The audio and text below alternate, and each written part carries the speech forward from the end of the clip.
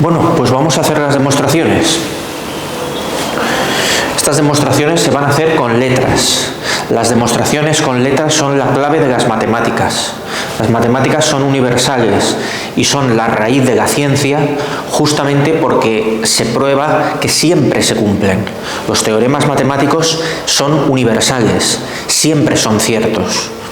Entonces, todas las propiedades y todo lo que usamos de las matemáticas previamente ha sido demostrado con rigor, ha sido demostrado con letras. Las demostraciones con letras muchas veces son difíciles, depende de aquello que se quiera demostrar. Pero tienes que ir acostumbrándote a ellas porque es posible que te tengas que enfrentar a demostraciones en el futuro, que sigas estudiando y te encuentres con cosas que están probadas en general. Esa es la ventaja de las demostraciones con letras. Cuando las has demostrado, no las has demostrado para el triángulo que tiene de lados 3, 4 y 5, sino que lo has probado para todos los triángulos.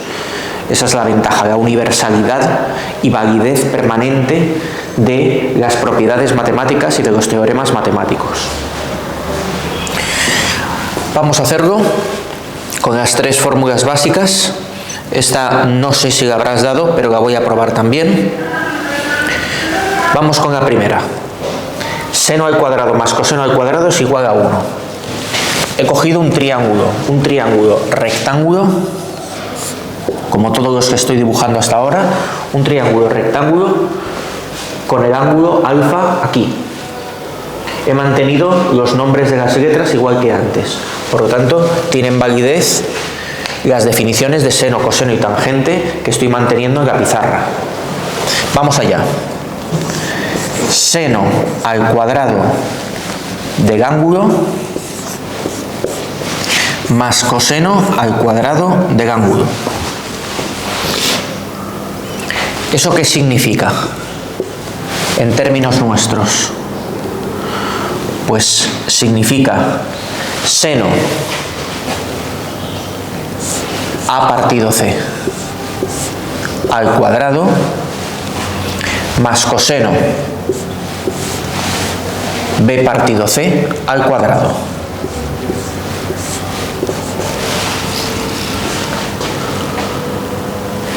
Cojo el seno del ángulo y lo elevo al cuadrado, el coseno del ángulo y lo elevo al cuadrado, como hemos hecho antes, con el 0,6 y el 0,8, pero esta vez no sabemos si es 0,6, 0,8 o cualquier otra cantidad.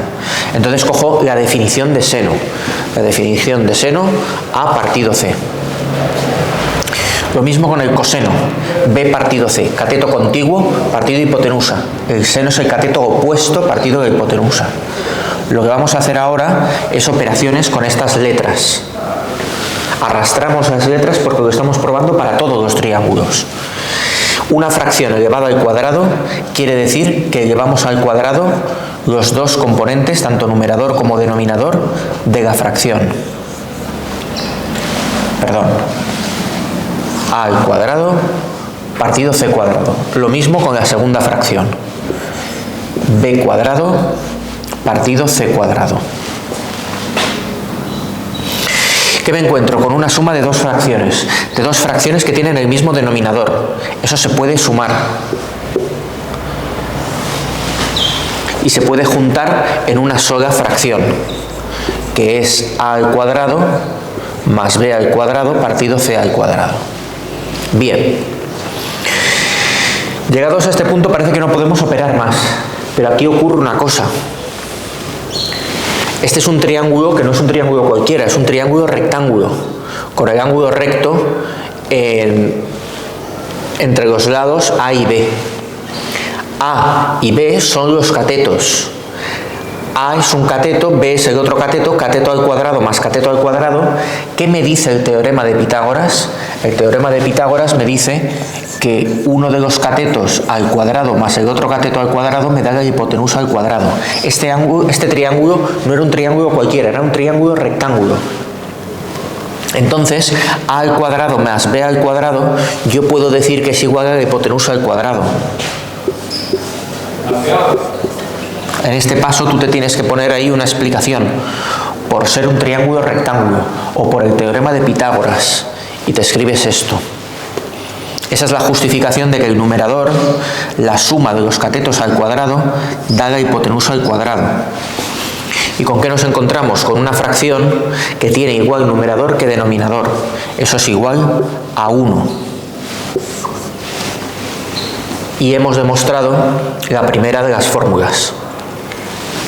Podría ocurrir que te hiciesen las demostraciones y en vez de ponerte A y C minúsculas, te lo pusieran con segmentos, BC partido AB. Es totalmente análogo, lo único que pasa es que irán cambiando A, B y C por los segmentos oportunos, pero la demostración es exactamente igual. Tomamos el seno al cuadrado, tomamos el coseno al cuadrado, los operamos, sumamos y da como resultado 1. Y eso es válido para todos los triángulos. Es válido para todos los triángulos. Y ya tenemos probada la primera, que no lo he puesto aquí. Las he enumerado con la idea de ponerlo aquí y se me había olvidado ponerle el 1. Muy bien, pues vamos a probar ahora la segunda.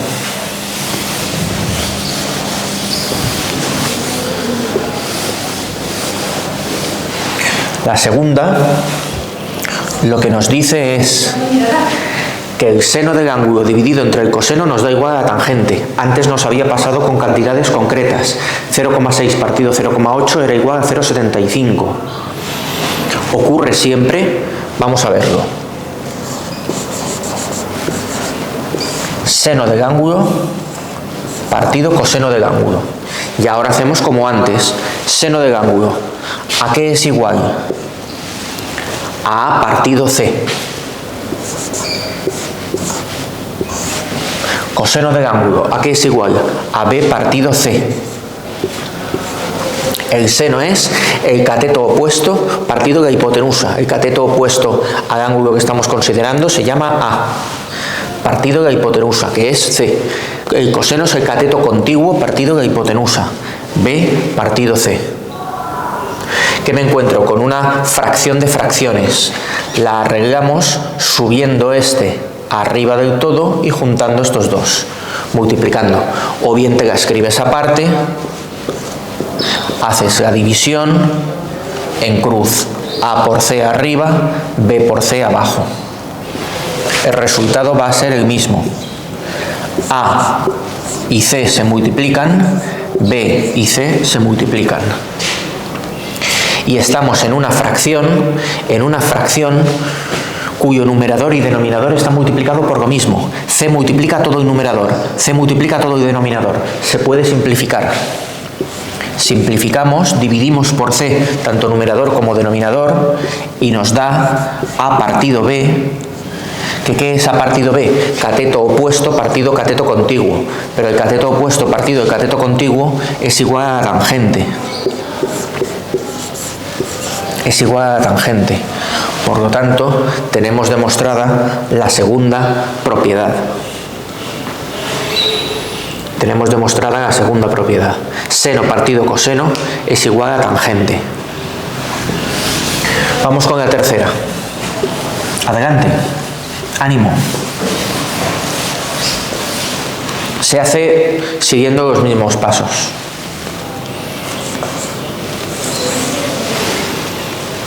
Nos remitimos a las definiciones, vamos trabajándolas y utilizamos propiedades que conozcamos. 1 más tangente al cuadrado del ángulo. 1 más tangente al cuadrado del ángulo. Vamos allá. Esto es 1 más, ¿qué hemos dicho que vale la tangente? Cateto opuesto partido cateto contiguo. A partido B. A partido B al cuadrado. Seguimos operando.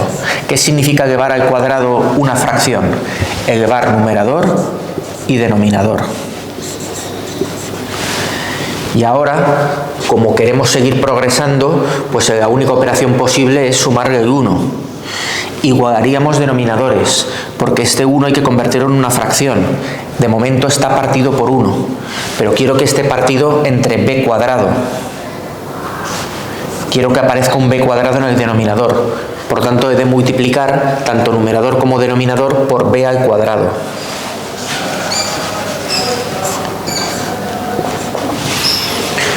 Uno se convierte en b cuadrado partido b cuadrado. Y así tendrá el mismo denominador que la segunda fracción.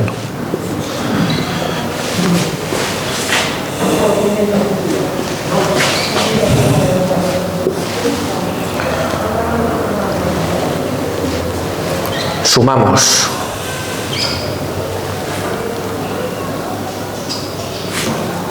Perdón. Nada, ya he vuelto. A al cuadrado más b al cuadrado es igual, partido b cuadrado. A al cuadrado más b cuadrado partido b cuadrado. No lo veía bien. ¿Qué tenemos? Tenemos que a al cuadrado más b al cuadrado es igual a c al cuadrado.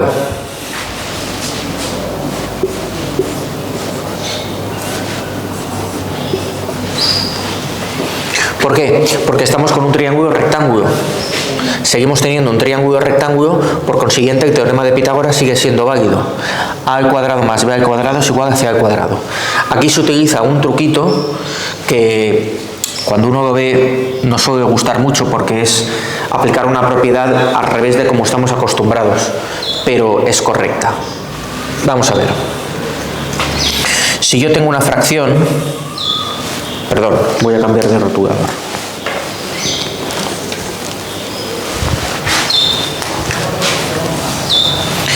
Si yo tengo una fracción, menudo cambio, yo puedo pasar multiplicando este aquí y este aquí. Y se quedaría como A por D partido B por C. Pero yo eso puedo deshacerlo. Puedo, si quiero, a la vista de esta fracción, pasar a esta de aquí. Todo esto lo estoy diciendo porque lo que se hace ahora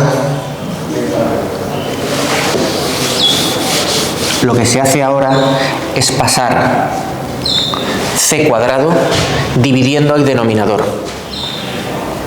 Eso es correcto. Lo que pasa es que cuesta verlo al principio porque estamos acostumbrados a hacer lo contrario. Estamos acostumbrados a encontrarnos una fracción dentro de otra fracción y entonces simplificarlo para tener un único numerador y un único denominador. Pero aquí es necesario hacerlo.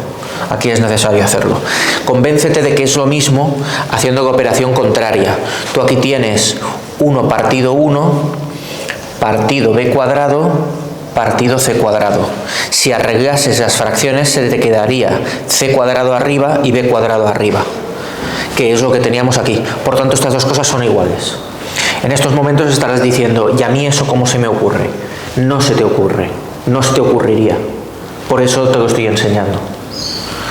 Es decir, estas cosas no son algo natural que salga de manera espontánea. Hay que forzar el cerebro, hay que forzar la mente para que entren y uno las vea después con naturalidad. Pero uno las ve con naturalidad después de haber estado trabajando durante mucho tiempo con ellas. Y es necesario un esfuerzo y un trabajo para que eso ocurra. Por lo tanto, debes mantener abierta tu mente a cada uno de los pasos, no estar resistiéndote a aprender cosas nuevas, sino al contrario, desear aprender cosas nuevas. Hemos comprobado aquí que estas dos cosas son la misma, porque si yo arreglase esta fracción me daría c cuadrado partido b cuadrado. ¿Por qué lo he hecho? Porque así me encuentro a un paso